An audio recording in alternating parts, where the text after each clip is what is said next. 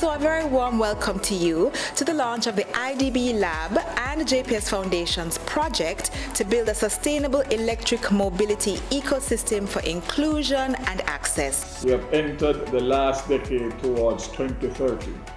From this point onward, it is not a marathon, but a Usain Bolt sprint to the finish.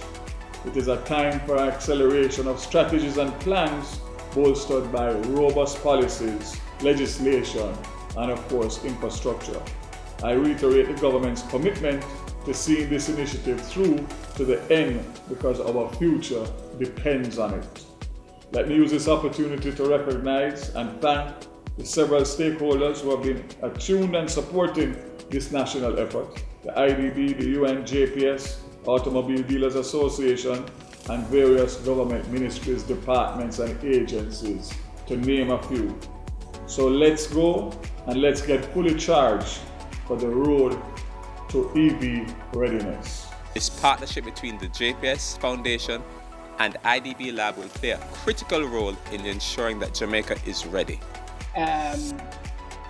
If we took just a small percentage as a share of vehicles on the ground, private and public vehicles on the ground, if we said we wanted to electrify, say 12 to 15% of all the vehicles, we can look at saving about 2% of GDP, as well as reducing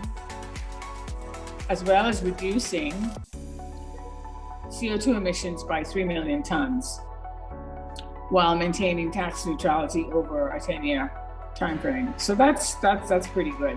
And I'm really also pleased to say that the Ministry of Finance supports, through its fiscal regime, what we're proposing, so that there is, we have strong commitment from them.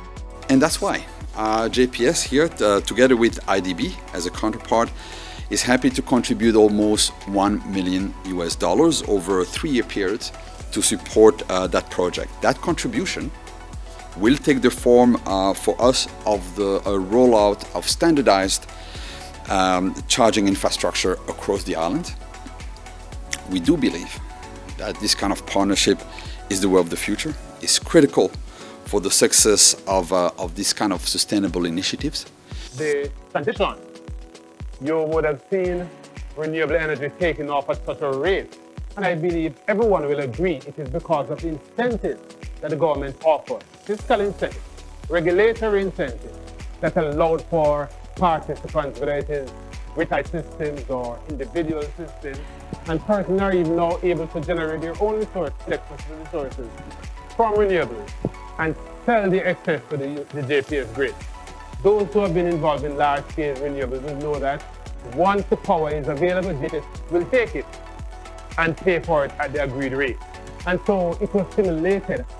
To be able to train and maintain knowledge on electric vehicles.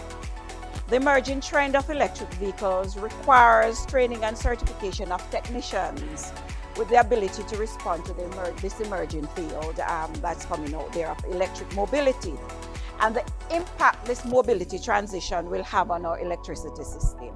Hybrids, electric mobility includes mild hybrids, and if we look at the supply chain, what we're going to see is that right now plug-in hybrids are available in the market.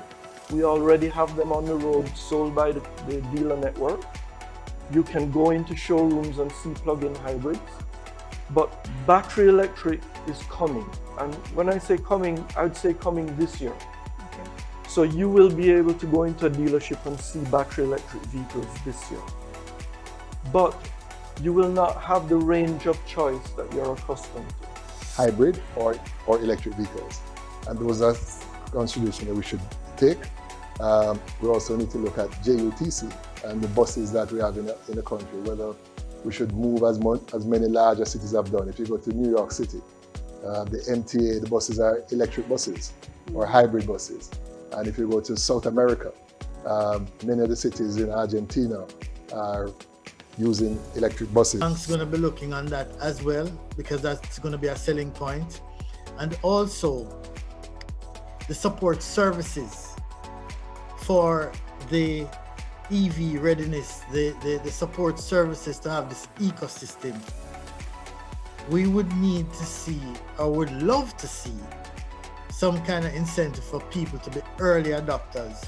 Because when you look at the plan for EVs in the next 10 years, in the next 20, 30 years, there are going to be more EVs than the regular combustion engines.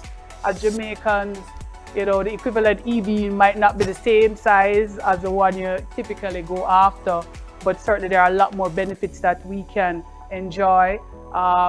We have to look at our government policy to incentivize the sector. And, you know, from the automobile industry, we're saying that, you know, it's not just about electric vehicles, it could be the plug-in hybrids, and there are other variants that we must be able to consider. You know, Mr. Jarrett, you spoke about the fact that we must really continue to look at the benefits of it in Jamaica. And the good side is that, you know, the impact on our environment, the opportunities to transition our public transportation, buses and taxis into this sector, the private sector helping that rollout as well. And of course, you know, you spoke about the sports side, which I loved, about the Formula E, and I would love to see Jamaica doing some Formula J. Let's see how that works out. And you know, Mr. Bars gave us the view in terms of, you know, the financing institutions are watching the growth of the sector, and they're positioning themselves also to support and to finance the business that would come forth, and even on the electric vehicle side. So today has been the first of several events, conversations around EV. It's certainly not the end of the conversation. JPS as a team is also working on supporting the infrastructure development. We're working on the rollout of an island-wide network of charging stations. Stay tuned for that. And let us continue to work at building that sustainable ecosystem around electric vehicles as we look to our tomorrow as a nation and as a leader in the development of technology in the world. I'm very excited about this future. This is going to be just the first discussion in many more to come. So there's lots to look forward to. Thank you all so much for participating, for being here with us during this panel discussion and launch. We are looking forward to an exciting future.